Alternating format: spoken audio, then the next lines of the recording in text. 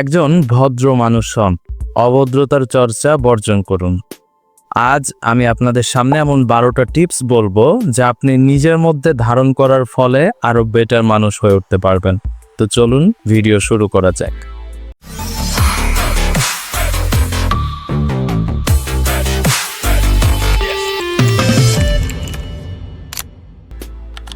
বাসের মধ্যে উচ্চ শব্দে কথা না বলা। পাবলিক ট্রান্সপোর্ট আপনার বাবার সম্পত্তি না, আমারও না। মামলা মোকদ্দমা, ঝগড়া ফাসাদ, ব্যবসায়িক কথোপকথন ইত্যাদি কথাবার্তা গণপরিবহনের মধ্যে এড়িয়ে চলুন, যদি খুব বেশি জরুরি না হয়। ইয়ারবাডস বা ইয়ারফোন সাথে না থাকলে ভলিউম কম রেখে ভিডিও দেখতে পারেন। আপনি যেই ভিডিওটা দেখছেন অন্য কেউ সেই ভিডিওর সাউন্ডে আগ্রহী নাও হতে পারে। গণপরিবহনে পা অত্যধিক ছড়িয়ে না বসা। পাশের যাত্রীর অসুবিধা হয় এরকমভাবে বসবেন না। হ্যাঁ, আমি জানি ছেলে হলে এবং জিন্স প্যান্ট পরিহিত থাকলে এটা মেনটেন করা বেশ কষ্টসাধ্য। আবার অনেক সময় মোটা শরীরের মানুষের জন্য অসুবিধা হয়ে থাকে। তবে এটা যেন আপনার বাজে স্বভাব না হয়। নিজে আরাম করে অপরের কষ্টের কারণ হবেন না। কথাবার্তায় বিনয়ী হন। মানুষের সাথে স্বাভাবিক কথোপকথনে মুখে হাসি রাখার চেষ্টা করবেন। আপনি যদি মিশুক প্রকৃতির মানুষ না হয়ে থাকেন কোনো অসুবিধা নেই, কিন্তু ফর্মালিটি মেনটেন করে কথা বলা একটা জরুরি বিষয়। মনে রাখবেন, মানুষ সামাজিক প্রাণী। সমাজে বসবাস করার দরুন কখন কার হেল্প আপনার লাগবে আপনি কিন্তু জানেন না। তাই সারাউন্ডিংসের যাদের আইডিওলজি আপনার ভালো লাগে অন্তত তাদের সাথে সুসম্পর্ক রাখুন। সময় মতো ধার পরিশোধ করুন। আপনার টাকার প্রয়োজন পড়লেও পরিচিত কারোর কাছে হয়তো ধার চাইলেন এবং পেয়েও গেলেন, কিন্তু আপনি তাকে যে সময়ের মধ্যে টাকাটা পরিশোধের প্রতিশ্রুতি দিয়েছিলেন তা রক্ষা করলেন না। দুঃখিত, আপনি একজন অভদ্র মানুষ। এই স্বভাব বর্জন করুন। যদি কোনো কারণে নির্ধারিত সময়ের মধ্যে অর্থ পরিশোধ করতে না পারেন, নিজ থেকে তাকে মেসেজ অথবা কল করে জানান এখন কেন দিতে পারছেন না এবং কোন সময় দিবেন। শুধুমাত্র ছোট লোক যারা, তারা উপকারের প্রতিদানে উপকারীকে সাফার করায়। মেহমানদের বাসায় মার্জিত থাকুন। যখন কোনো আত্মীয়ের বাসায় যাবেন যাচ্ছে তাই আচরণ করবেন না, সহজ সরল ব্যবহার করুন। আপনার আচরণ যেন তাদের কষ্টের কারণ না হয়। তাদের চাইতে আপনার পারিবারিক আর্থিক স্ট্যাটাস উপরে হলেও বড়াই করবেন না বা দাম্ভিকতা প্রদর্শন করবেন না। আপনার বিলাসী জীবনযাপনের গল্প কখনোই সেখানে করবেন না। আতিথেয়তা সাদরে গ্রহণ করুন। লোভ পরিহার করুন। পরিশ্রম করে অর্থ সম্পদ অর্জনে মনোযোগী হন, কিন্তু অত্যধিক লোভ করবেন না। বিশেষ করে অন্য কারোর অর্থ সম্পদের লোভে পড়বেন না। যা আপনার অর্জিত না কিংবা উত্তরাধিকার সূত্রে প্রাপ্ত না, তা আপনার সম্পত্তি না। ব্যক্তিত্বের বিসর্জন দিয়ে অর্জিত অর্থ সম্পদের কোনো মূল্য নেই।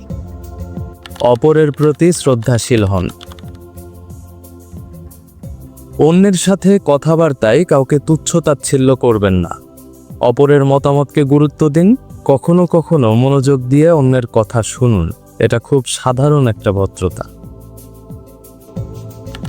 স্বাভাবিক বিষয়কে জটিলতার দিকে না নেওয়া।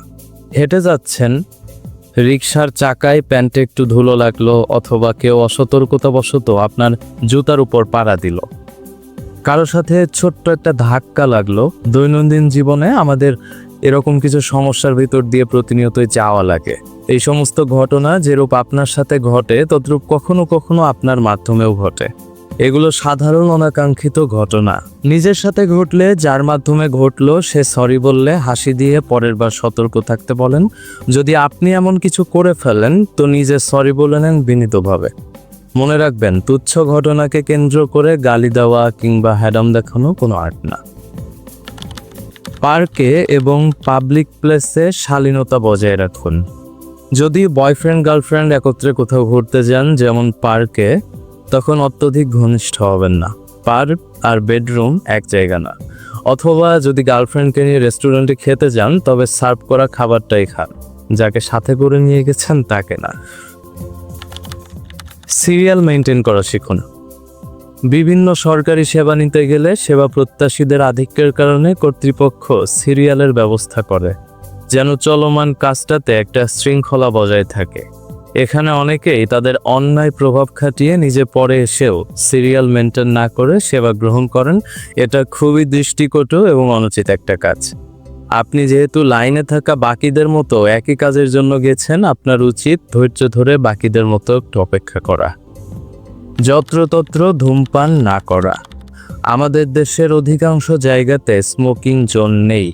তাহলে আপনার যদি ধূমপানের অভ্যাস থাকে তবে আপনি কি করবেন? প্রথমত, পাবলিক প্লেসে ধূমপান করবেন না। যদি একান্ত প্রয়োজন পড়ে তবে এমন একটা জায়গা বেছে নিন যেখানে আশপাশে মানুষ নেই। স্মোক করার ক্ষেত্রে অবশ্যই সতর্ক থাকবেন যেন নির্গত ধোঁয়া কারোর মুখে বা শরীরের উপরে গিয়ে না পড়ে। সর্বশেষ, যদি অভ্যাসটা ত্যাগ করতে পারেন তবে তা অতীব উত্তম। কৃতজ্ঞ হন। জীবনের যে কোনো পর্যায়ে যাদের থেকে কোনো না কোনোভাবে হেল্প পেয়েছেন তাদের প্রতি কৃতজ্ঞ থাকুন। মনে রাখবেন, সবাই প্রকৃত হিতৈষী না। উপকারী মানুষদের হারিয়ে ফেলার অর্থ ভবিষ্যতে আপনি নিঃসঙ্গ মানুষ হতে চলেছেন। মনে রাখবেন, ভদ্রতা কেবল পোশাক পরিচ্ছদ বা অর্থের উপর নির্ভর করে না। এটি মানুষের আচরণ, কথাবার্তা এবং মানসিকতার এক অপূর্ব সংমিশ্রণ। একজন প্রকৃত ভদ্র মানুষের মধ্যে কিছু বিশেষ গুণ বা বৈশিষ্ট্য লক্ষ্য করা যায় যা তাকে অন্যদের চেয়ে আলাদা করে তোলে। আপনার ফ্রেন্ড লিস্টে কোনো অভদ্র মানুষ থাকলে তাকে শিক্ষা দেবার উদ্দেশ্যে ভিডিওটা শেয়ার করতে পারেন আপনার টাইমলাইনে।